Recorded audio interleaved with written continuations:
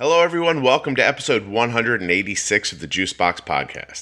Today's episode is sponsored by Omnipod, Dexcom, and Dancing for Diabetes. You're going to learn more about each as the episode goes on, but for now, know this. Omnipod is the tubeless insulin pump that Arden has been using for a decade. We absolutely love it.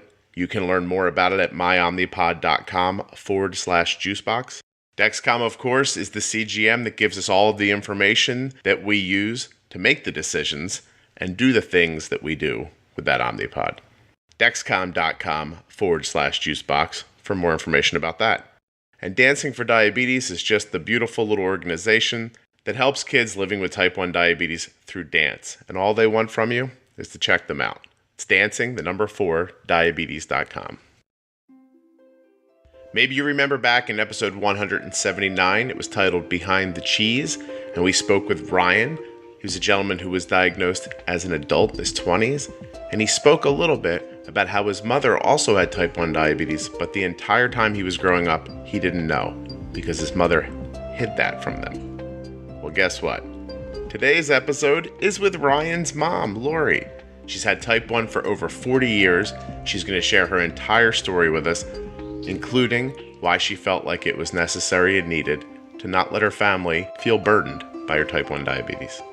Two things to remember. One, nothing you hear on the Juicebox podcast should ever be considered advice, medical or otherwise, and to always consult a physician before making changes to your healthcare plan. And two, consider this. If you haven't listened to Ryan's episode, Behind the Cheese, I think you should stop this one and go back and listen to his first. You don't have to, but I would.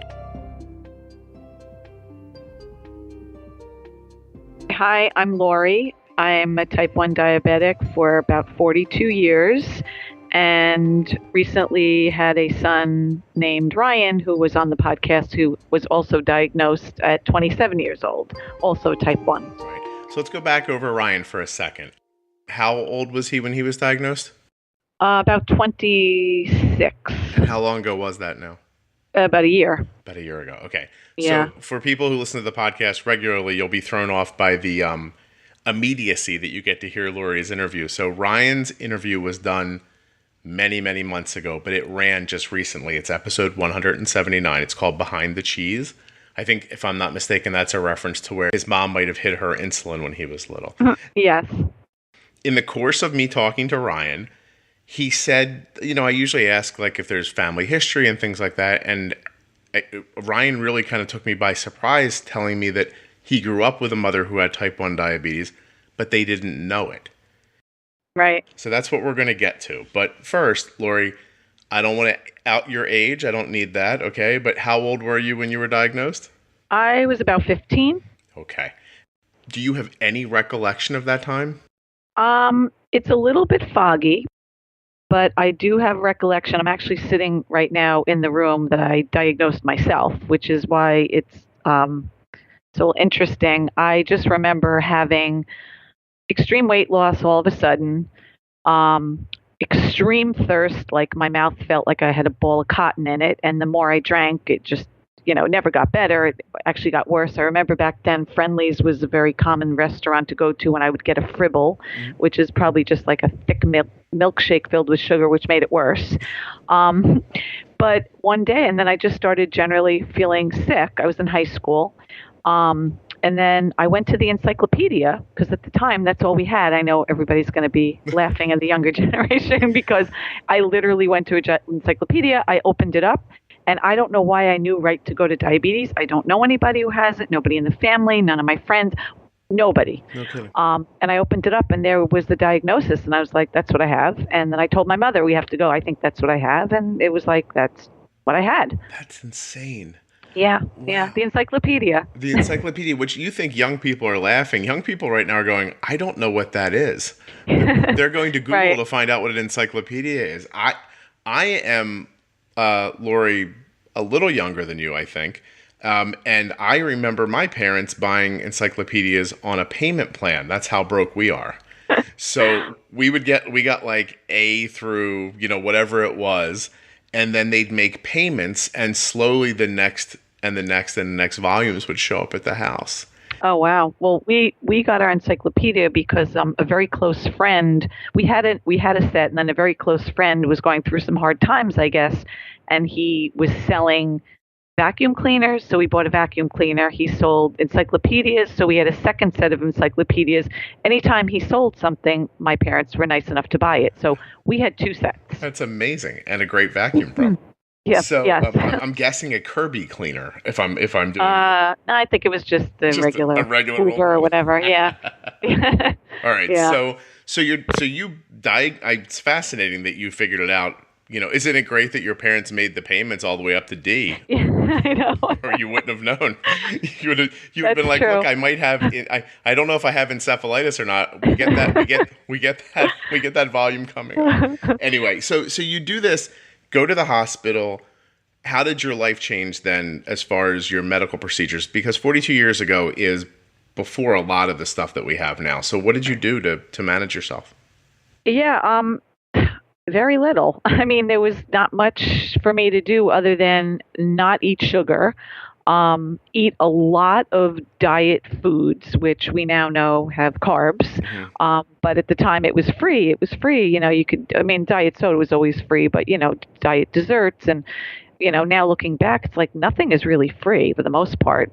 So I remember that. I remember, like, my mother used to say, don't stick your head in the sand, because I was not really in denial, but I was determined not to let it get me down, determined not to let people know, and determined just to move forward. Almost pretend like it didn't happen. Yeah, I was going to say, is that how the determination showed itself? Was it wasn't like, I can overcome this, because you didn't have a ton of tools to try to overcome anything with. I had nothing. So for you, it was just like, if we just pretend this doesn't exist, that's me being determined. Is that sort of like act like it wasn't there, or? I didn't. I guess I acted to other people like it wasn't there. I knew myself it was there, and I was very conscious of it every minute of every day, but it didn't. I didn't let other people know. Okay. So in that respect, yeah, I was in denial to other people, which I still am to this day, okay. Basically. Yeah. Well, what everyone doesn't realize yet is that this is sort of Laurie's coming out party. But we'll get to all of that. The Dancing for Diabetes annual benefit show is coming up quickly. It's on November 10th, and if you live in the Orlando area, I cannot suggest strongly enough that you attend. Go to dancingfordiabetes.com to find out more. That's dancing4diabetes.com. And even if you don't want to go to the show, go check out the cute pictures of the kids dancing. They've got diabetes, so do you. And besides, what are you doing on the internet anyway? Just go do this. dancingfordiabetes.com. So let me ask you something, because that long ago, I have a friend who was diagnosed when I was a teenager, and he would get up in the morning and say to himself, I think I'm going to be a little active today, and I think I'll eat, and he would just kind of guess, and this amount of insulin, he'd stick it in his belly in the morning, we'd be on our way, and later that night around dinner time, he'd take another shot. Was that even what you were doing, or what were you doing? No, what I was doing was the doctor gave me, I guess based on my age, my weight, whatever it was based on, I really don't even know. He gave me a number, and that was the number I'd inject morning and night. Okay. Or more than that. I it's really foggy. I think I definitely was on I was on NPH and R. That's what is regular and NPH. Right. So he'd give me, and it made logical sense. You'll give me an amount for NPH, which lasts 12 or 24 hours. That's your basal almost, your background. Mm-hmm. And then the Novolog, which was, not Novolog. It was the NPH, which is the long lasting, and then the regular, which you would put in the same vial. It was not the same vial, in the same syringe, and you would inject at the same time. Okay. And then one would peak lunchtime and the other would peak later on. So it kind of made sense that one would take over and the other would stop, and then the other would take over and the other would start. But what didn't make sense is there was no way to know what you were eating and how it was affecting you. And then you were panicking because you had to eat at a certain time. Otherwise, you would turn into a pumpkin. Right. So that just took over your life. What happened when you didn't eat at a certain time? You felt the insulin reaction. But, then you started also panicking feels like an insulin reaction. So there were times you'd start to panic because at the time they didn't have any testing devices for blood sugar testing. So, were you really feeling low and needed to eat something, or were you just panicking and having a panic attack? Mm-hmm. So you never really knew. What was you never knew what was happening, and then you were supposed to go to the doctor and tell him how you were feeling, or they would do your blood, your A1 high, they called it glycosylated hemoglobin, and then he would tell you how you were doing. And how do you remember how you were doing, quote unquote? Like what? Horrible. So horrible. He would say to you, Laurie, you're doing horrible. He would say, you're not taking good care of yourself, with my mother sitting in the room. Mm-hmm. And the two of them would be staring at me. You're not taking good care of yourself. You really need to do a better job. This is really dangerous in the long run. You could be blind, and there's a lot of complications.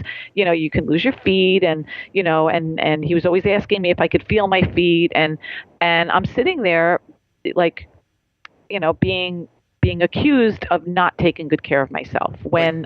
But you were, right? You were injecting the insulin the way they told you and eating at the times you were supposed to, avoiding sugar and things like that. Yes. So basically, when you look back on that now, do you know what was happening back then? You recognize he didn't know what he was doing, and this was just the best they had, and your numbers were probably never going to be what he considered to be good. Like there was no real way to accomplish that, I imagine. Right. So, I think the revelation really came when the Dexcom and the Omnipod, came out, and I started to use it, because all of a sudden the light bulb went on in my head and said, all those people that sat in those rooms and blamed me my entire life for 35 whatever years, that it was my fault and that I wasn't doing the right thing. I think that's part of the reason I was hiding it, was because I was always led to believe that I wasn't doing the right thing. And so shame on me. And so I didn't want people to know, because I could never say, oh yeah, I'm in really good control. I was not in good control, but I had no way of knowing what that even meant. Luckily for us, it is not 42 years ago. It's right now in 2018. And there are amazing ways to help you manage your type 1 diabetes. One of those ways is the Omnipod tubeless insulin pump. Now, Omnipod understands that it might be scary for you to switch to a pump, or even if you already have a pump now, you might, be a little weirded out to go to another one. And that's why they offer a free, no obligation demo of their product. All you have to do is go to myomnipod.com/juicebox, or click on the links in your show notes or at juiceboxpodcast.com. When you do that, you will fill in the tiniest bit of information, your name, your address, maybe a phone number, and you will push a button. And then the Omnipod demo will come to your house. This is where, in the privacy of your own home, on your own time, on your own terms, you can take that pump, that little pod, and you can wear it. Wear it for days. See what you think. See how small it actually is. See how it'll fit into your lifestyle. Understand that after you have it on for a little while, not long at all, I've worn a demo pod a number of times, you won't even realize it's there. That will be the first step into you understanding that there is a world out there that is unencumbered by tubes and allows you to make these amazing adjustments to your blood sugar that will lead to successes and ease of life and happiness that you, at this moment, maybe can't even imagine. Please go to myomnipod.com/juicebox to find out more. There's absolutely no obligation.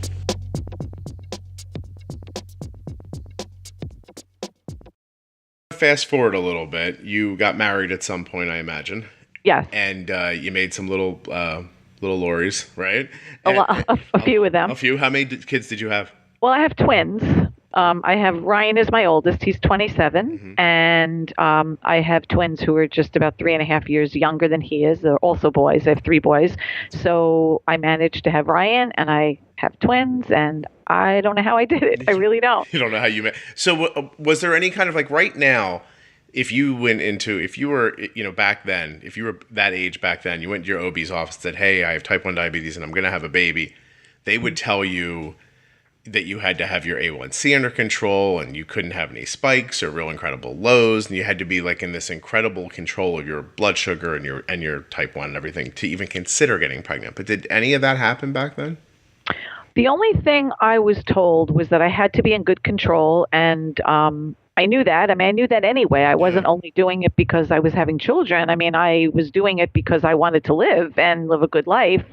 So I was told that I had to be in like really, really, really tight control. And I was actually told I had to be in tight control before I even thought of getting pregnant, which, was I think that was a positive thing. So I think I went 3 months before I decided to get pregnant to the doctor. They did my A1C. I must have starved myself for the 3 months because I don't know how I did it, but I think I started with a 5.9 A1C. I remember that number, which was like crazy good for not really knowing anything. Right. And then he told me I was all set. I can get pregnant.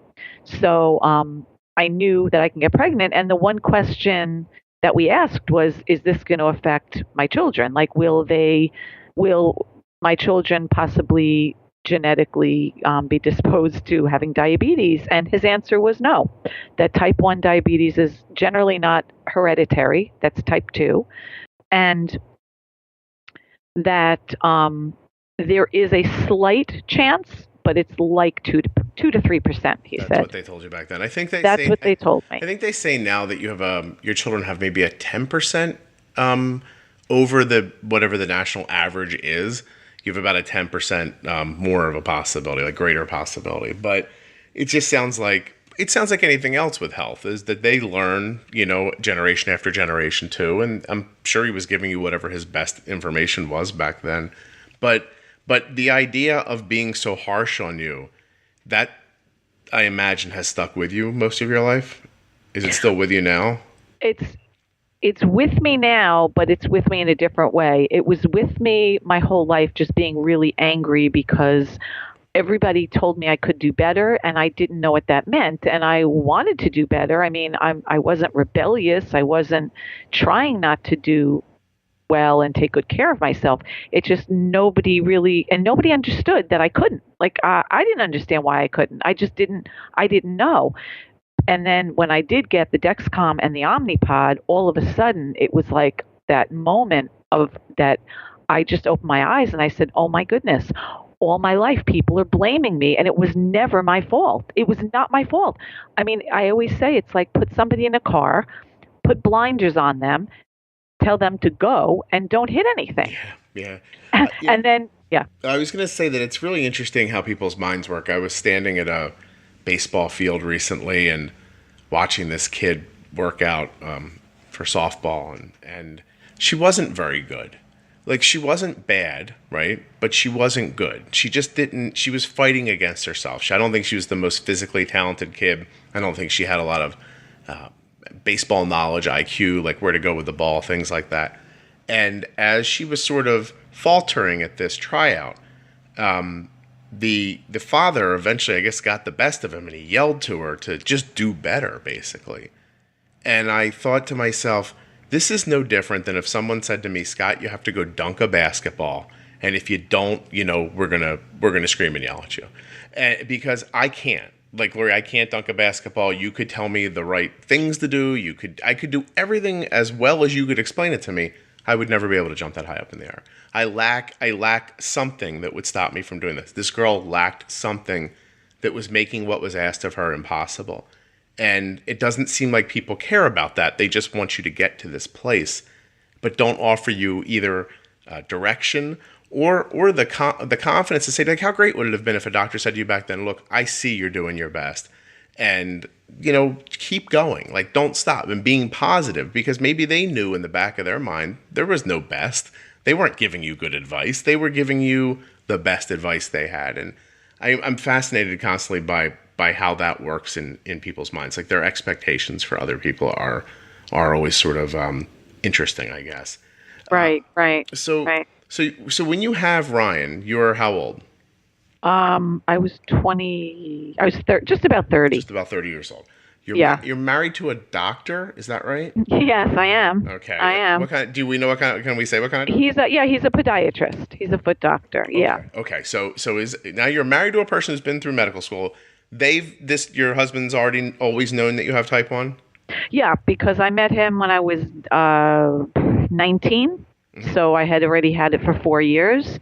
So he knew right away. Okay. Yep. So things are going good and bad, right? You've got diabetes, but you found yourself a doctor. So you're on your way. Right. My buddy's a doctor, and he said even when his boys were little, he could see like neighborhood moms like buddying up their 7-year-old daughters to him. He was like, oh, come on. Well, being that my husband's a foot doctor, people just take off their shoes to him. So it's like wherever we go, we could be in a restaurant. They're like, oh, you're a foot doctor? I just want you to look at this. Just look at my toe. What do you think? It's a little less sexy version of being a doctor, I guess, right? I guess it could be worse. Well, I hear what you're saying. He could be, a proctologist. This is true. And that would be so uncomfortable in a restaurant. Yeah. Yes. Okay, so you have Ryan now. To go back to Ryan a little bit. Mm-hmm. Can you explain to me what he meant when he said, "I grew up and I knew something was up with my mom, but I didn't know what"? Well, I definitely hid my diabetes from everyone. I would never talk about it. I would never share it with anyone. I would never, nobody. Mm-hmm. I think only my best friend knew, and it was only because she was in school with me when I had to go, I was in the hospital for a few days. I was absent from school. Right. But other than that, I never told anybody. So, when my kids came along, I didn't want to show any weakness. I think that's when I have to think about it and reflect. I just didn't want them to see me any differently. I didn't want them to think mommy is sick, or, if mommy's eating candy, it's because she's not feeling well. I always wanted to be maybe not the superwoman, but, somebody who's got their feet solidly on the ground and just don't worry. Sure. You don't have anything to worry about. And I really feel like if they knew, they would have in some way, shape, or form worried. And I just didn't want that. Yeah, so your goal was just for them not to see you as in need in any way. Exactly. Right. You wanted to be there for them. You weren't looking for them to be there for you. Right. Makes sense. And your husband, what was his level of I guess involvement? Because you had kids. I mean, you were diagnosed when you were 15, but you had kids when you were 30. So you had diabetes for 15 years already by the time you had kids. Yeah. My math is solid tonight, Laurie. Okay. and so I'm so impressed with myself. Anyway, and so for 15 years you've been living like this. How long had you and he been married prior to the kids coming? We got married in 1980. So before the kids, a couple of years, 3 years, okay. 4 years. We were together for a long, 7 before we had kids, but married a couple of years. I get what you're saying. You got a little bored, and here comes Ryan. I understand. Right. Don't let Ryan think of his life that way, but it's fine. Just keeping things moving. Yeah. So but what was your husband's involvement with your diabetes? Was there really any? Well, I think he would have been very involved had I let him, but I didn't want anybody to be involved. Basically, there was nothing to be involved with. I was told to do a certain thing. I did it. I was told not to eat certain things. I didn't eat them. And other than that, there was no involvement. I mean, I think now the involvement is different because you have all these tools. Oh, what do you think? Should I decrease this? It becomes a little bit more mathematical and analytical. Mm-hmm. Whereas back then it was just don't do this and do this and go to the doctor in 3 months and be, accused of not doing the right thing and come home and then, how'd you do? Yeah. So basically what I did was I just didn't want to go to the doctor. That became a whole big other thing in my life, is just not wanting to face the doctor because he wasn't helpful. Right. So why go get your whipping right when nothing, you're getting nothing in return? How would you I don't want to put words in your mouth, but were you, when it came to the diabetes, and were you lonely? Did you feel isolated? What was the backlash of that, do you think? I didn't feel lonely because, my husband was always there by my side if I wasn't feeling well or, just to vent to. But no, I wasn't feeling lonely, not at all. I didn't want to be part of that community because I didn't, and again, I wasn't in denial. I just didn't want to be part of a community. I just was fine being by myself. I was doing fine, and I was just going to go along and have nobody know. When you think about who you are, like if I said to you, Laurie, write down a bunch of descriptive words about yourself, how far down that list do you think you'd get before you mentioned diabetes? Very far. Yeah, you just don't think about it like that, right? No, and yet it's on my mind from the minute I wake up till the minute I go to sleep, and while I'm sleeping and waking up and checking my Dexcom. So it's on my mind every second of every day, yet I never wanted it to define me. Right. And it still doesn't, Okay. Yeah. So when you talk about, when Ryan talks about not knowing, like what lengths did you have to go to keep them from knowing you had type 1? Like what did you, but you're still, when they're young, you're still basically sliding scale, right? Like when did you switch to, I mean, I assume at some point you switched to something like Novolog and Levemir or Lantus or something like that, right? How old do you think Ryan was when you made that switch? That was kind of life-changing because I felt like the Novolog at least gave me the flexibility. If I didn't want to eat or, wanted to eat at a different time, I had the flexibility. And again, it seemed like it made a lot of sense, that, you took, what did I take in the morning? It was something like a Levemir in the morning, and that lasted, till the night. And then the Novolog was just in between when you wanted to eat something. So that kind of made sense. And that was like one of the things that changed my life for the first time. Do you remember when that was? Like what, in regards to like year or how old Ryan? Or how old Ryan would have been around? Yeah, I don't really remember. Okay. I honestly don't. Yeah, I'm just wondering. And so because of what I'm wondering is to what level did you have to go to kind of mask that you had type 1? Because if it was regular and MPH, then, when he's little, I'm assuming you could inject right in front of him and he wouldn't even know. But as he gets a little older, it's not like you're injecting 8-10 times a day. It's not like you're really even testing still. So you can just sort of morning and night and nobody can really see. I imagine it was part of your teeth brushing routine. Exactly. Right? I always say that. It was always it was like, you wake up, you brush your teeth. I woke up, I gave myself insulin. I went to sleep, brushed my teeth, gave myself insulin. But I never let anybody see me inject. Anybody, nobody, not even not that my husband had seen me. I'm going back way back. Not that he hadn't seen me, but I just didn't do it in front of him, just because I would just go in a private place. Okay. Until the pen came out. Then it was like I was doing it everywhere because you could just hide it. It was simple to do. I just want to point out very quickly for people that my analogy around toothbrushing, you and I have not spoken before about this. I'm very impressed with myself. Nevertheless, so this all makes incredible sense to me. Like if I put myself in the mindset, like let's for everybody like who's just kind of like snowballing or spitballing this number here. It's 2018. You said 42 years. You were diagnosed the end of the 70s? Yeah. So I was 15. Yeah, like 77, something like that. Yeah. Okay. Yeah. It was right before I graduated. I graduated high school in 78. So. Yeah, 76, 77, something like that. This is the part of the conversation where if Arden was here, she'd go, Dad, you're old. Call me old, and I would have no response to that, by the way, when she said it, and I would go along with it. So different world, different technology, different time, everything's different.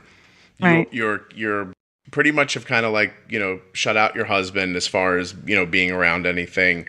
You're trying really hard for your kids not to see. How old was Ryan when the twins came? He was about almost 4, a little less than 4, like 3.5, 3 3/4, something like that. Yeah. So you're almost mid-30s then? Yes, exactly. 34. It was 34. Yeah. Yeah. All right. And at this point, the charade of hiding the diabetes, nothing's changed about that. Ryan's 4. Yep. He's heading off to school soon. How is it raising twins with diabetes? I had a very typical pregnancy with Ryan and with the twins. My only thing was I just made sure that I was always high, because to me, I know I've heard a lot of people say, I haven't heard anybody feel the way I feel actually in any of your podcasts. I've listened to pretty much every one of them. When I am high and when I was high, as far as my blood sugar being high, I felt great. Not a care in the world. Not a care in the world, because sure, maybe I was a little bit thirsty, but I not that much. Sure, I had to go to the bathroom a little more often, but not that much. But I felt great. I felt like I had no anxiety about going low. I wasn't afraid. I was on the top of the world. So I never felt sick being hot, having high blood sugar. At that point, did you have a meter that you were using more frequently? Well, again, having kind of what I said before was that, people were always telling me to do better, but I didn't know what that meant. So having a meter and having a reading, I didn't know what to do with that. So if I was high, sure, it meant I had to take more insulin, but then I was worried I'd get low. And so if I got low, then what? Then I wouldn't go in a car and I'd start eating a lot of sugar and candy. So I'd go high again. So it almost to me felt like, why am I testing? I'm just going from high to low to high. And I also kind of tricked myself into believing or felt, had my own rules that if I saw a 1 in front of it, I felt good. Like even if it was 199, I was like, oh, okay, great. I got a 1. I got a exactly. 1. That's great. I got it right. Exactly. It could be 199. I'm like, all right, I'm good. It's crazy. You should have put a piece of masking tape over the screen where the other numbers were and just like 1. No, I got a 2. Never mind. That's really important because I hear a lot of people say, I got comfortable at 200, or I found a 200 was a number I was comfortable with my child being at. And then eventually you talk yourself into believing that number's okay. And you do that by, doing what you do. You hold your fear up and you go, okay, well, listen, I'm afraid. So under 150 is not okay because that's my fear spot. Yep. And I don't want to be 250. And the doctor said I could be anywhere from 90 to 180. So 200 is really only 20 points higher than 180. So I'm doing great. And then you do that mind twisting math in your head to trick yourself into believing you're okay with what you're doing. And then that becomes normal. And then your body becomes accustomed to how it feels at that level. And I know that when I spoke to Ryan, now that he has diabetes, I think he carries a little bit of guilt that you felt like you had to keep your blood sugar higher so that you were okay for them. It's interesting. I don't know that he used those words, but I remember talking to him and thinking that had an impact on him as an adult. Probably as a child, he had no idea and he didn't care. I think, but I got the feeling like he was aware of it now. Like because now he has context. Like he has type 1 diabetes, has real context. So, you said when you got Novolog, you don't know exactly when that happened, but do you know when did you switch to a pump? Well, that I can tell you exactly. Ladies and gentlemen, the new Dexcom G6 continuous glucose monitor is FDA permitted to make diabetes treatment decisions without confirming with a finger stick. What did I just say? 0 finger sticks. No more poking your fingers. Think about it for a second. Now think about this. You are anywhere in the world, and the person you love who has type 1 diabetes is also anywhere in the world. And right there on your phone, your Android or your iPhone, you can see what their blood sugar is. And not just the number, not just, hey, their blood sugar like Arden's right now is 114. But I can see that Arden's blood sugar is 114 and stable. But if it was falling or if it was rising, the arrow that would indicate that fall or rise would tell me how quickly that rise or fall was happening. Is Arden 114 and just drifting down? Or is she falling? Does she need to be notified? Think about it. Now think about this. You listen to this podcast constantly, and I thank you for it. Go download some old ones, by the way. And you hear us talk all the time about Arden's A1C. Currently, Arden's A1C is 5.4. And it has been between 5.4 and 6.2 for almost 5 years. How do we do that? With the Dexcom, with the information that comes back from Arden's CGM. That's how we make decisions. That's how we say, oh, you know what? We missed a little bit on this bolus for this meal. Put in a little more insulin.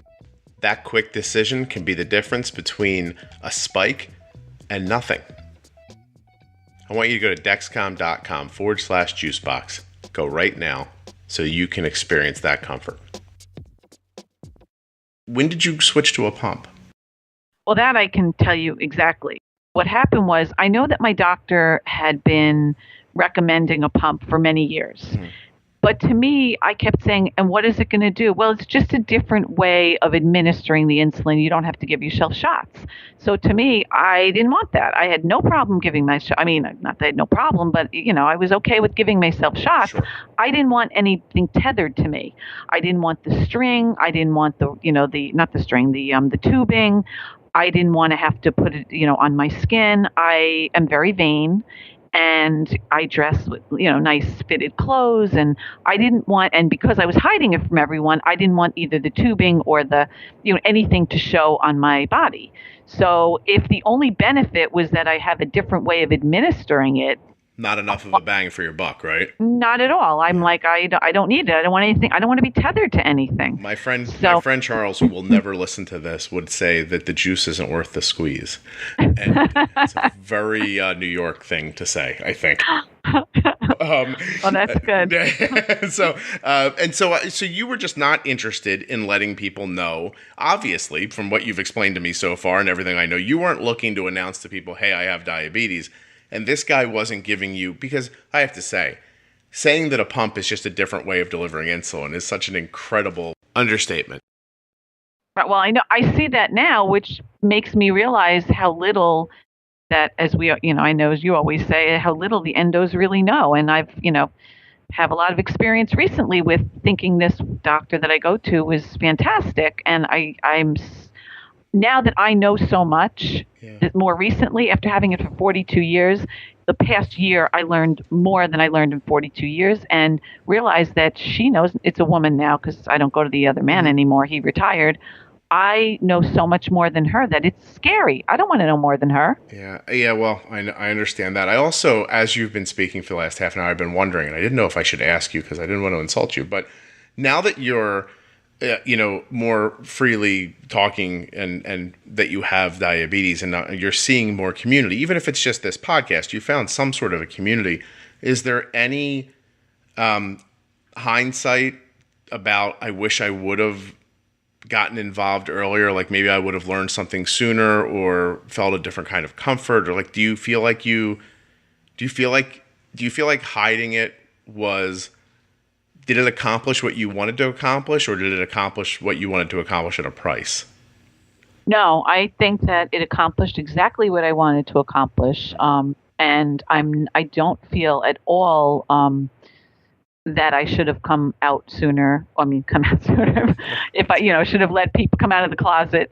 But I don't feel it at all, and I still feel like I want to hide it. Okay. I do, because I still think that people that are not surrounded by it, and maybe even some that are, still might see people as a little weaker. And I can tell you that because I work around people, and I work in a school, and there are several children that have it. Yeah. And I look at them. There's one little girl that I know. She's middle school. Well, she just went to high school, and she has the Omnipod and she has the pump. And anytime, poor, I won't mention her name, but poor Susie, Susie.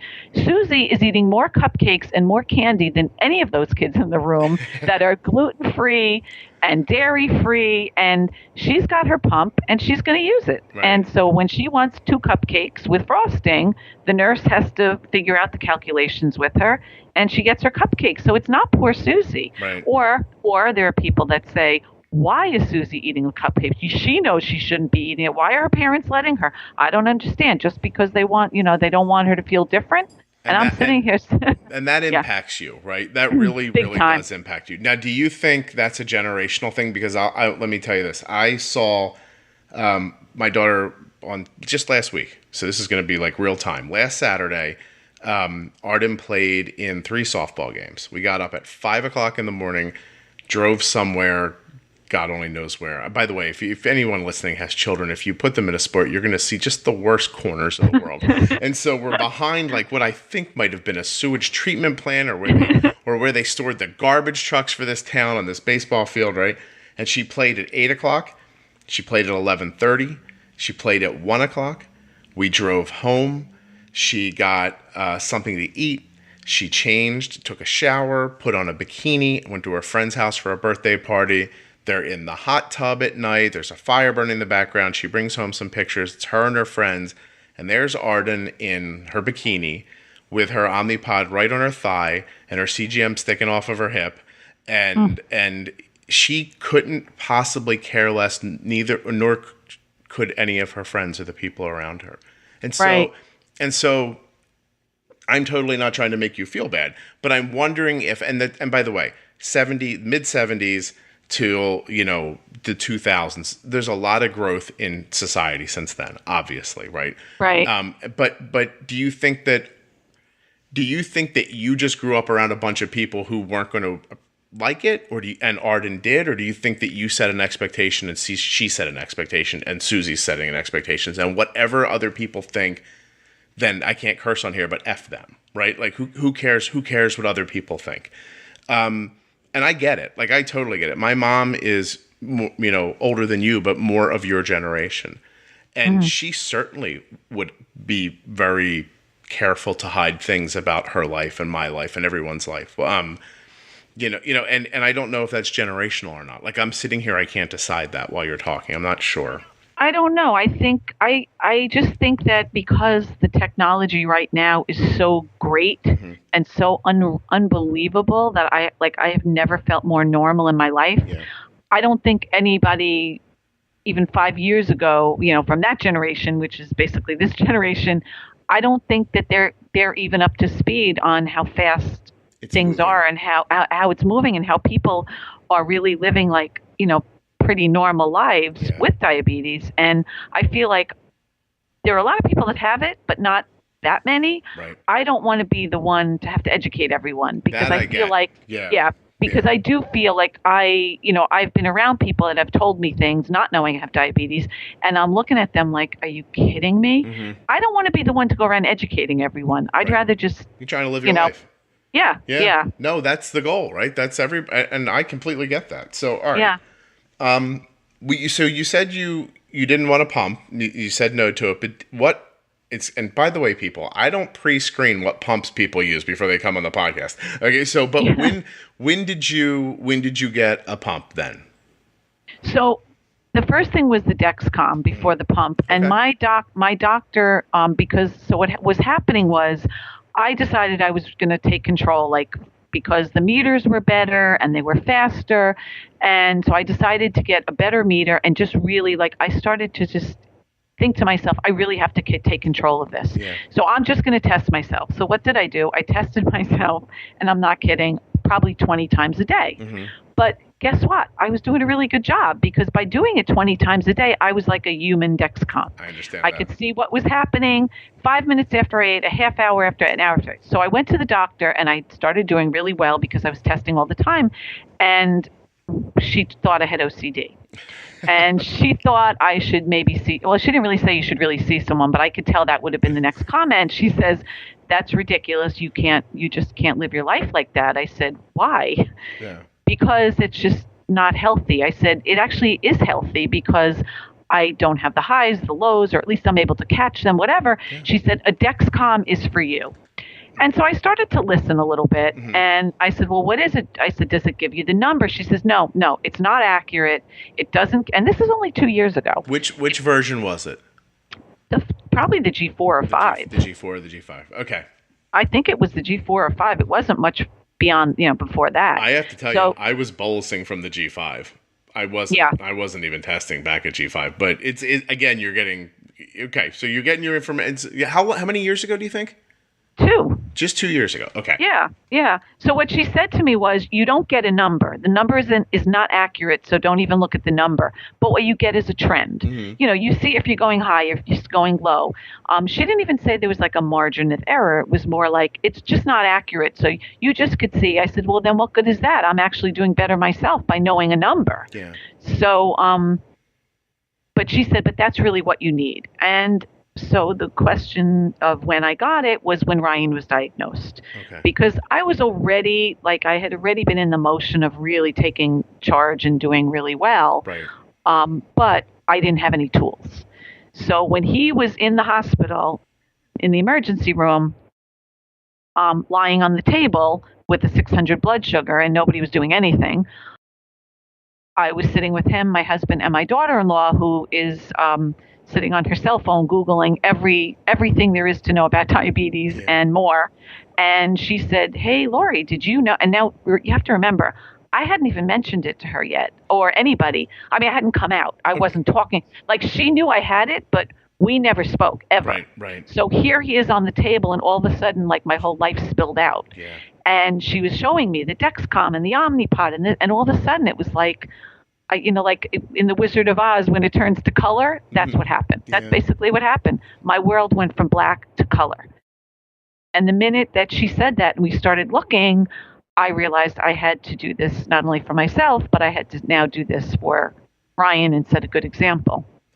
So, Laurie, now I'm going to cry because your whole life you were doing this one thing for him, and then it turned out the exact opposite is what you had to do. This is like an after-school special. Yeah. And so, right. It's amazing. And listen, I have children, and I've had a child diagnosed with diabetes, and I know what it's like to sit in that room. I imagine it's no different at all if you have diabetes or you don't have diabetes. I think that it's a defining moment in my life. I actually thanked Arden kind of like sarcastically a couple weeks ago. We dropped my son at college for his first year. Oh boy. And I told Arden privately, I said, if you didn't have diabetes, this would be the worst moment of my life. And so I said, but the day you were diagnosed is still holding really strong, is maybe the worst thing I've ever lived through. And so I have to ask, in that moment, if your daughter, because what your daughter-in-law basically did right then is either she lost her filter about your diabetes because she was so overwhelmed, or she thought, hey, lady, it's time for you to spill about this diabetes thing, right? Like, it was one or the other. Like, she either wasn't thinking or was really thinking when she hit you with it.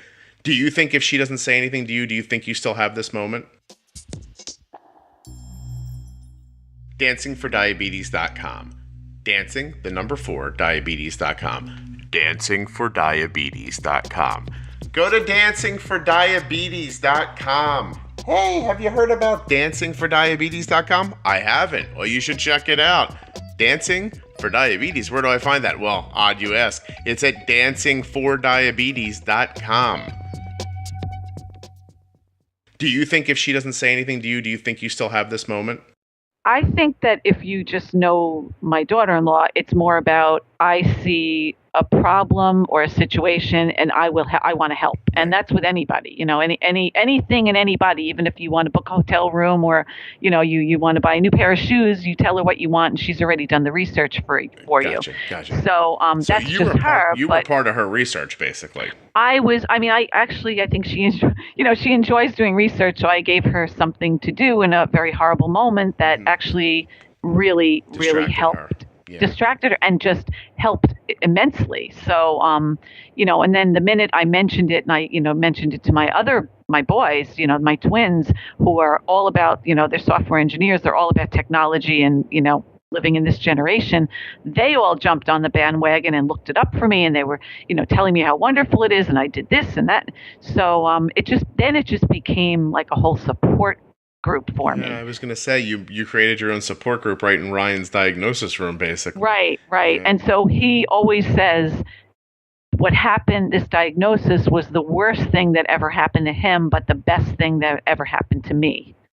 That's how he always, puts this whole diagnosis together. And then I always say, I don't know if you got this to help me become better, or did I get this disease to help you to learn what to do? So it's all... Well, Laurie, you're on this podcast now. You just became part of quite literally tens of thousands of people's support groups. So it's just building on itself, and you're doing a great thing by talking about this, because your story is so uncommon and far-reaching as far as time goes. Like, you started a place where people who are diagnosed now can't even appreciate it. And I'm not scolding anybody, but listen, when I see you people on Facebook going, hey, my pump was supposed to last, 6 days or 3 days, and it lasted 2.5 days. I can't believe this. Or can you believe that I lost my CGM signal for 3 hours today? You know who can believe that? Laurie, who was at home going, I don't know what to do. Just stick this stuff in the syringe and let's get going. And things have come It's hard to picture when you're in the moment of it. But these things have come so far. And to your point, it used to be, I've said this in the past, but also it's worth saying again. My daughter's had diabetes for 12 years. And we're amateurs compared to you, right? But 12 years through a specific span where I can tell you that advancements from diabetes companies didn't used to come every 4 months. It was, hey, we made a meter. Right. And that was it. And 2 years later, someone else would be like, hey, our meter's a little more accurate than that meter. Hey, we made a pump. And that was it. And then you didn't hear from them again and again and again. Sometimes you'd hear people complain, hey, they have innovation in Europe is going faster because the FDA is not as, it isn't there. And, what they do in Europe's not as strict. And you'd hear that complaint once in a while. I'm telling you right now, I can have Dexcom or Omnipod on this podcast 3 times a year to give you new news about what they're doing. Yeah. And there did not used to be, companies didn't push innovation like this until, in my opinion, until Dexcom. When Dexcom came along and said, look, it's our goal to show you the reason your doctor told you it's the direction, not the number, is because, when that technology first started, that's not wrong. Arden had the Dexcom 7 or the Dexcom 7 Plus, which was before the G4. And to say it wasn't accurate is to say that back then maybe it would say your blood sugar was 90 and it was really 140. And it would catch back up eventually, but it wasn't great. And the G4 got better. And by the time the G5 came, I was making decisions off the G5. And now the G6 it's stunningly good. And I'm about to have them back on next month for them to talk about the stuff they're going to announce over in Germany in October. And there's going to be more to talk about and more. This stuff's going to get smaller. It's going to get more accurate. The wear time's going to extend. This, back then, for me, to go from G4 to G6, that's 10 years of innovation back then. And now we're talking about, what, is it 2 years, maybe 3? To make that leap? It's fantastic. And look what it did for you. It drug you into you saw such incredible things. You're like, I can't ignore this anymore. I have to go do this. That's right.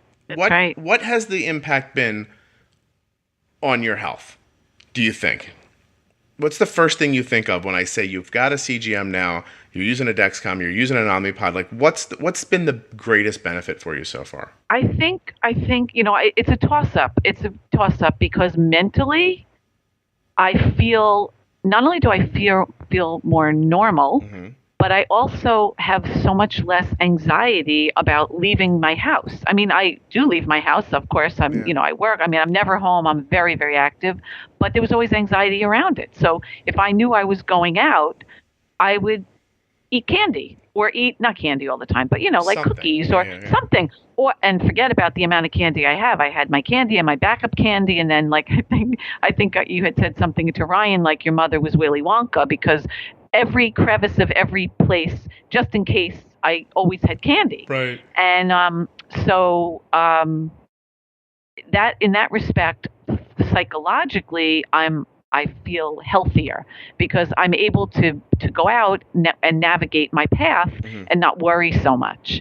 And as far as physically, the fact that I'm healthier, I think it's just the fact that I don't have as much as high lows and as high highs, and I'm able to kind of be in a more normal range most of the time. Like I think it was 88% last time I went to the doctor. Spectacular. Which I was like flying high, and her comment was that not that I was in range so much. My A1C was 6.2, oh, wow. Which I was just like over the moon. And I went in there. Thank you. I was so excited, and she was not excited. She said too low, right? She said too low, and she said in order to get that low, I must have had a lot of lows to compensate for the highs. And I said, no, but I have the CGM, so I don't. That's and I not said, what's happening. Yeah. I said, and by the way, here's my cell phone. And I turned it sideways and showed her my line for the day that was pretty much a straight line with a few little bumps. Right. It happened to be an extra good day because, of course, we know that some days are not like that. Sure, of course. But I turned it sideways, and I don't think she knew what she was looking at. And she was like, oh, okay.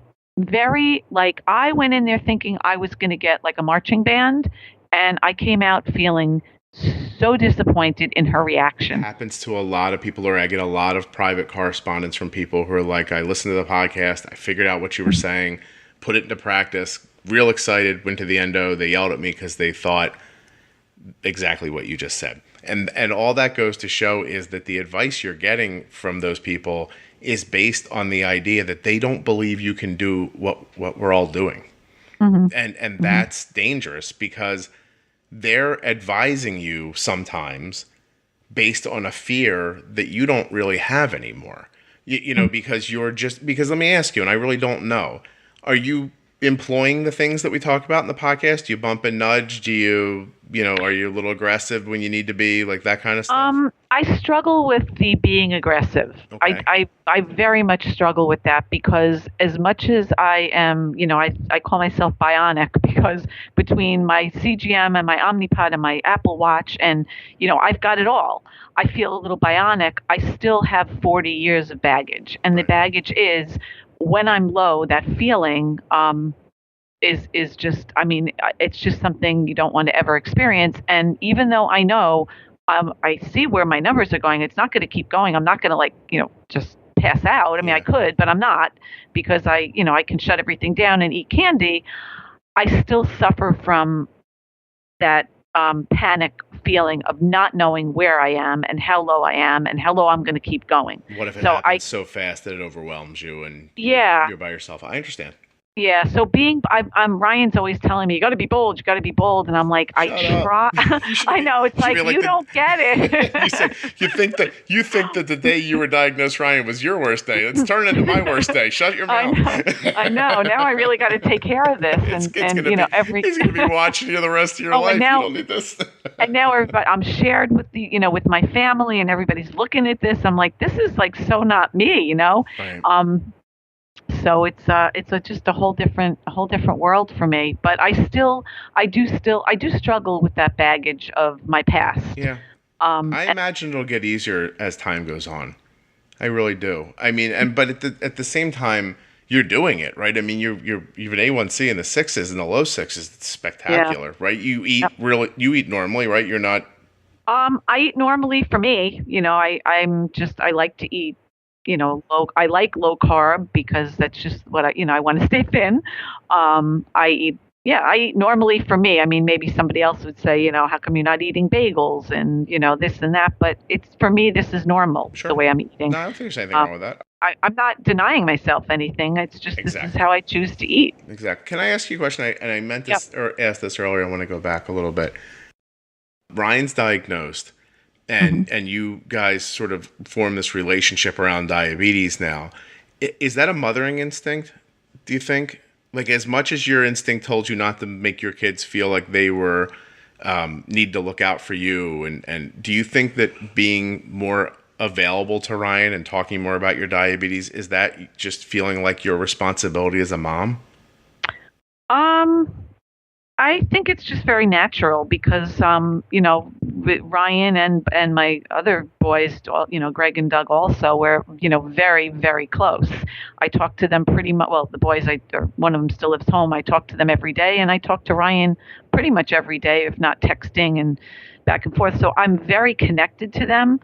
And specifically, speaking about Ryan, we definitely have something much more in common now than we did before, and the mothering instinct does come out. But I think I also am approaching the relationship about diabetes with him from the perspective of, he knows what he has to do, he knows how to do it, he's better at it than I am. Mm-hmm. And if I see a low or a high and we're shared on this, the shared situation, I might remind him what's going on, but I'm not going to point my finger like they did to me all those years, because I know that he knows what to do and how to do it. With me, I got all the fingers pointed to me, and I didn't know what to do. Yeah, you're not doing that again to somebody else, right? No. It's funny how our minds react. When we go through something bad, we either become, the polar opposite of it, or we embrace it, right? Your parents are screamers. You either end up being a screamer, or you never talk above a whisper, like that sort of a thing. And so it's great that had enough of an impact on you that you realize like this is not the way to treat people. And, No. And I'm even sorry to hear that you went back with your grade A1C and sort of got pushed back, because that must have been very reminiscent of when you were younger. It must have felt pretty terrible, I would imagine. I mean, I think it wasn't that it was, I didn't really look at it as like negative. I looked at it as nonchalant, just nonchalant. And then to add insult to injury, when I got the report in the mail, because, I talked to her when I got it, but then they send the hard copy. And everything was like perfect. And at the bottom, she wrote, her comment was, everything looks fine. I was like, everything looks fine. If you would have heard me screaming at the mailbox, I came in the house. I'm 40 years of getting this 6, and this is everything is fine. That's it. Fine. Oh, man, I mean, yeah, and I did. I came in the house and I showed my husband. I was screaming. I was like, "Can you believe this?" And of course, he being as supportive as always said, "What do you care what she says? You know that it's amazing. We all know it's amazing. We know how hard you work. Why do you care what she says?" Right. I said, "Because I just can't believe that she has the nerve to write doing this. Everything looks fine." I'm like, I'm better than fine. I really wanted to just go back and say, "Do you know how much work this took?" When you told her, "Look, no, I have a nice stable line. I'm not too high. I'm not too low." Did you tell her how you work? Like, you didn't say to her, "I listened to a podcast," right? Like that. I did. Did you really? Oh God. I did. I told her. I mean, you are like, and I don't even know where to begin to tell you how much your podcast has. I'm gonna cry. Your podcast has absolutely changed my life. I mean, words could not begin to tell you, because every time I listen to one, and it's interesting, I see you have one about a baby and a mother and a husband and a wife and a caretaker and a dancer, and I look at it and I'm saying, that's not really me. Like there's nothing in there that I could really, I'm sure it's an interesting story, but what I realize is that every story has something I learned from. So that's amazing.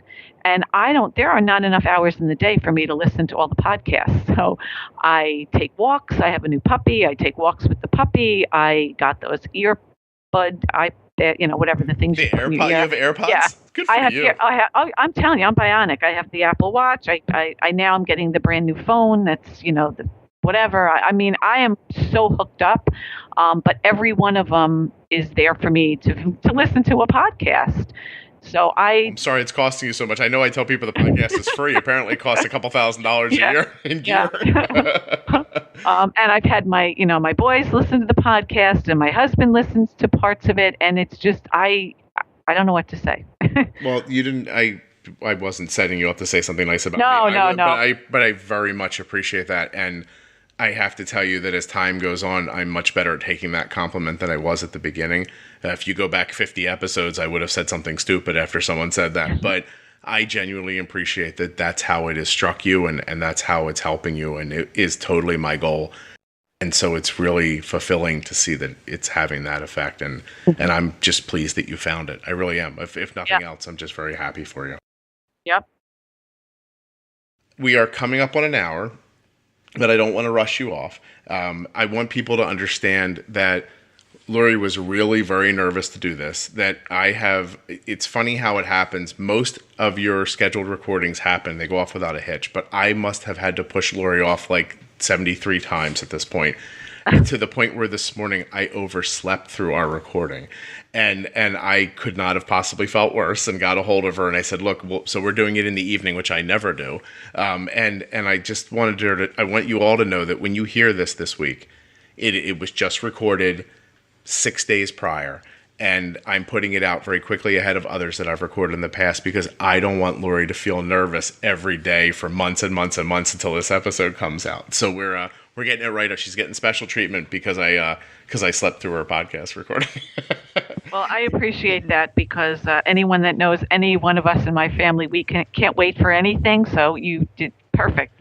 Well, your son is terrific, by the way. Like, I really enjoyed talking to him. Like, he really amazed me, like, along the way, even to the point where I realized I was interviewing him. He was sitting in an airport and I was interviewing him. And I didn't even know that. Yeah. He travels a lot for his business, right? He does. And nothing ever seems to knock him down. And when this diagnosis came, he was had a scheduled trip to, I don't know if it was his first trip or his second. I think it was his second trip to India. And there he is lying on the table with a 600 blood sugar, not really knowing, what to do about anything. And all he kept saying was, I got to be on a plane to India in a couple of days. They better get this thing figured out for me because, I got to get on a plane. And I thought to myself, that made me feel so good because if it were me, I'd be thinking of how many ways I could get out of doing that until I got myself together. And he was like, they just better help me figure this thing out because I'm going to India. And that just tells me about his resilience, which I wasn't surprised about. Well, you have it too. I mean, you said, listen, I'm spoken to you for an hour now. You don't seem in any way like you're downtrodden from having diabetes for all these years. You don't feel beat up. You don't say things that make me think that you are feeling sorry for yourself or suffering some sort of a depression about it or anything like that. And you made a decision just to, like you just said to yourself, I'm going to be as normal as I can be with this, and you did it. I mean, over decades with no technology, no support from doctors. I don't imagine your parents were very involved, right? And so, really, I wouldn't expect anything less from a child that you raised. And I have to tell you that what you did in the beginning, though I think you did it in a different way than I did, is very similar still in tone. When we said, I'm sorry, my wife is asking me if they want me to bring me anything from dinner. Sorry, hold on a second. That's okay. I'm just going to say, no, I'm good. Thanks. Anyway, we said about, I said, my wife and I agreed early on, like, we need to treat this like it's common. Like, it's not who she is. Forget all that. Just like this doesn't really exist. It is what it is. It takes what it takes, and then once it gets what it needs, it's gone. And we live our days that way. Mm-hmm. And it's why I'm proud of some of the things we talk about on the podcast, because once you figure them out, they really don't require that much upkeep. And you know what I mean? And that was purposeful on my part because I didn't want to be thinking about this all the time. Arden's had a pretty rough couple of days. I think she's there's a spot in time before her period where she gets more insulin sensitive, and we're making it through those days right now. And still, it hasn't been all that, it hasn't made that big of an impact on our life. And I'm talking about like, oh, she's 60, it's hanging there, like lower lows that are holding on, things like that, not dropping, not crazy lows, but yesterday afternoon, Laurie, I'm going to tell you a story about the pride in my kid while I got you on. So yesterday I had to go to the dentist, and I was in the dental chair for 90 minutes. Arden comes home from school, 2:00 in the afternoon. She says, I'm hungry. I said, okay, well, we got to get you set up here with something. Then I have to go. I have a 3:00 dentist appointment. So she gets herself a bowl of Apple Jacks, and that's what she's going to eat. And I, at that moment, don't know that she's about to get into this span of lower blood sugars, needing less insulin because of this space and time around her period. So I bolus, and she shows me the bowl. I'm like, what do you think that is? She goes, it looks like 7 units to me. I said, I think you're 100% right. She gave herself the insulin. I go to the dentist office. I'm, in the chair. She gets me prepped. He's about ready to like put me back. I look again. Her blood sugar's 90. It's like 45 minutes afterwards. I'm like, this is exactly what I expected. And he works on me for a while. And I fall asleep, which I don't know how crazy that sounds to somebody, but it was a treatment of an old root canal. I put my headphones in, put in a podcast that I listen to, and I fell asleep. And so they wake me up. I have a kid with diabetes. I sleep wherever I can. So they wake me up, and the first thing I do is I pull myself together, I rinse my mouth out, and I check my phone to see what her blood sugar is. And Arden's blood sugar is low. Like it says LOW on her Dexcom. So she's by herself at home, and I text her, and I'm like, I don't even like it, there's nothing. I'm just like juice, Arden, and so I'm a little dazed. I don't know how long she's been low or anything like that. I'm like, Arden, you need to drink a juice, turn off your basal, blah blah. And she goes, I get a text back. I should find it for you, right? Hold on a second. Let me come on. We're over an hour now. No one cares. We'll keep going. Hold on a second. Let me go back here. Let's see. It says, already had a juice and some chocolate. I could have more. I could have more if you weren't texting me so much. So I said, hey, your blood sugar says low. How long ago did you drink the juice? And I'm like, and chocolate doesn't work on low blood sugars. I need you to test your blood sugar, I tell her. Right. So Laurie, hold on to yourself. She tests, and I'll tell you on this podcast, and I say all the time, once or twice a year, Arden will have a really low blood sugar, just like everybody with diabetes does. But they really only happen once or twice a year. This year, while I'm at the dentist's office. Oh my gosh. The meter says 38.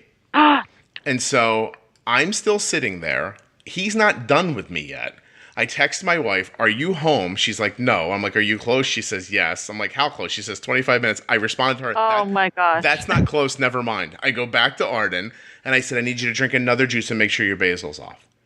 And she goes, I don't want to drink another juice. Oh my God. And now I'm like, is she combative? Or did she, so I'm like, how long ago did you drink the juice? She goes, a few minutes ago. My blood sugar is going to come back up. I turned my basal off. And I'm like, Arden, just drink another juice. Please, there's no time. Drink another juice. Your blood sugar is dangerously low. Drink juice. And she goes, Dad, I knew. I felt low, so I had a juice. And I'm feeling better now. Trust me, please. Oh, boy. So I said, okay, would you eat something?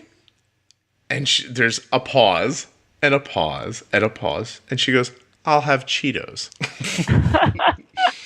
And I said, okay. Oh, boy. That was the end of the text. It is the end of the time that we talked there.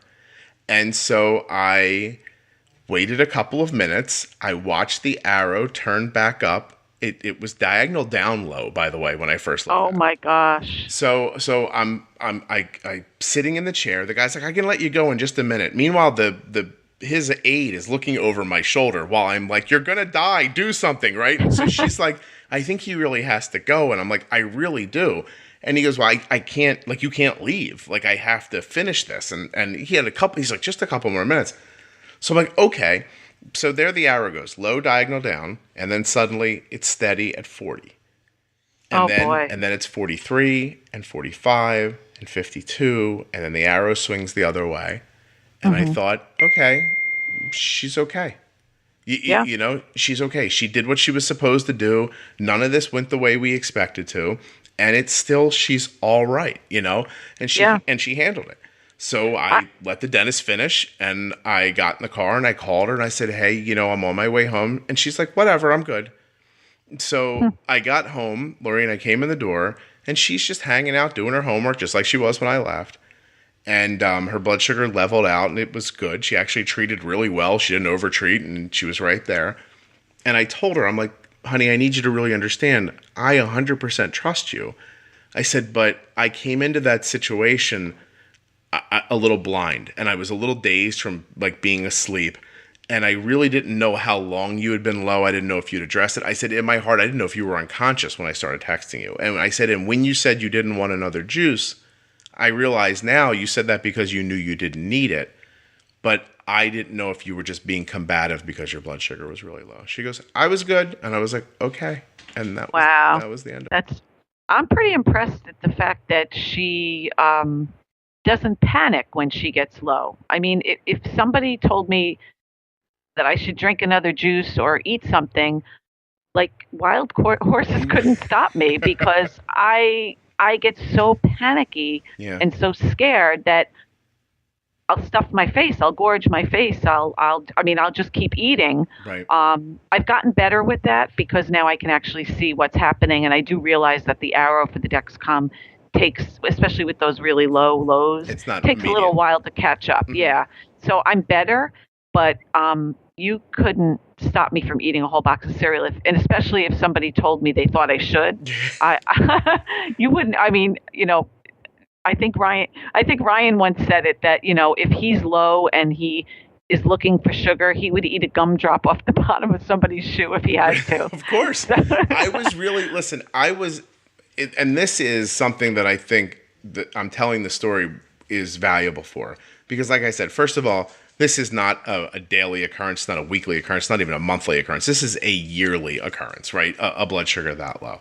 And so, but what I was most impressed with was that she just sort of followed the steps we talked about. And one of the things I say all the time, I think, is what she did, is what she trusted that what she knew was going to happen was going to happen.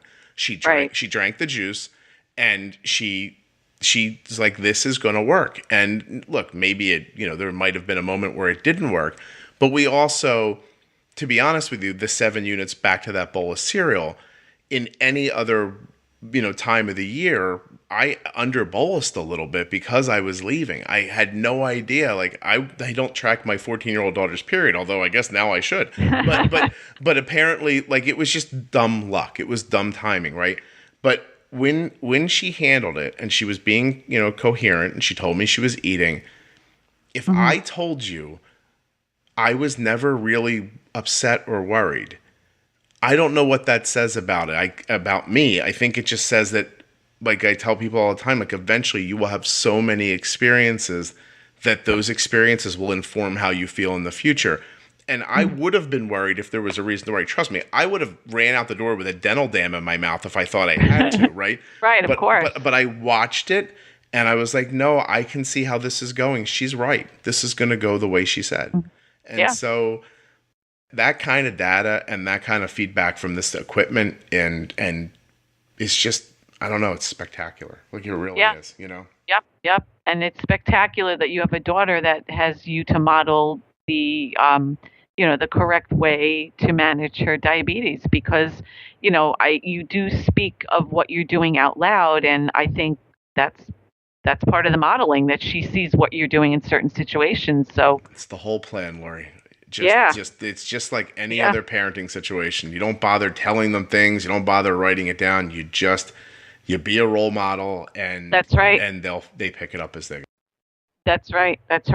And I think that's what you're doing for all of us as well. You're talking out loud of how you're bolusing and what you're bolusing, and, how you're managing Arden is modeling it for us, I never thought of that, but now I will forever. So thank you very much for saying that. That's very nice. Well, we're now way over time, so I'm going to say goodbye. Is there anything we didn't talk about that you wanted to talk about? I don't want to leave anything out. No, I don't think so. I think we touched on everything. Excellent. Yep. Well, I can't thank you enough. I can't apologize enough for sleeping through our time this morning. That's but okay. I'm very pleased that you were able to be flexible with me tonight. Thank you. It means a lot. I think this was really a spectacular conversation. So I'm super excited to get it up, and I won't even bother telling you what happened. You'll just open up your app and it'll be there. Oh, I'm excited. Thank you so much. Have a great night. Thank you. Bye-bye. Thank you. You too. Bye-bye. Huge thanks to Laurie for coming on and being so honest. And of course for Ryan for being back on the other episode that caused Laurie to come on this, the whole thing. I don't have to tell you again. But thanks to Ryan and Laurie, to their entire family, for being so transparent with us about their life with type 1 diabetes. Thank you also to Dexcom, Dancing for Diabetes, and Omnipod. Please go to your app right now and click on the link in the show notes. That's where it's at, in your diabetes app, or at juiceboxpodcast.com. Go find out more about all of the great sponsors of the Juicebox Podcast. When you support them, you support us. And us is me, and me is the podcast. So if you like the podcast, click on a link. What else? Oh, I know what else. There's one more thing. If you get the chance, go back and download a couple of old episodes. Just 1 or 2 a week.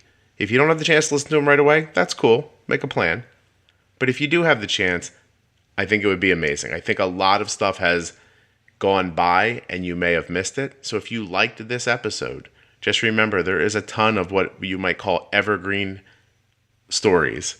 Evergreen, like they never go bad, because they're not really time sensitive. Stuff about tech from 2 years ago, you'll skip, but you heard Laurie say it in this episode. Every week she says something comes up on the podcast and she'll look and say, oh, that's like a mom of a kid. That's got nothing to do with me. And then she listens and realizes, well, this has everything to do with me. So go ahead back, find an episode you haven't listened to yet, and give it a try. I'll see you next week.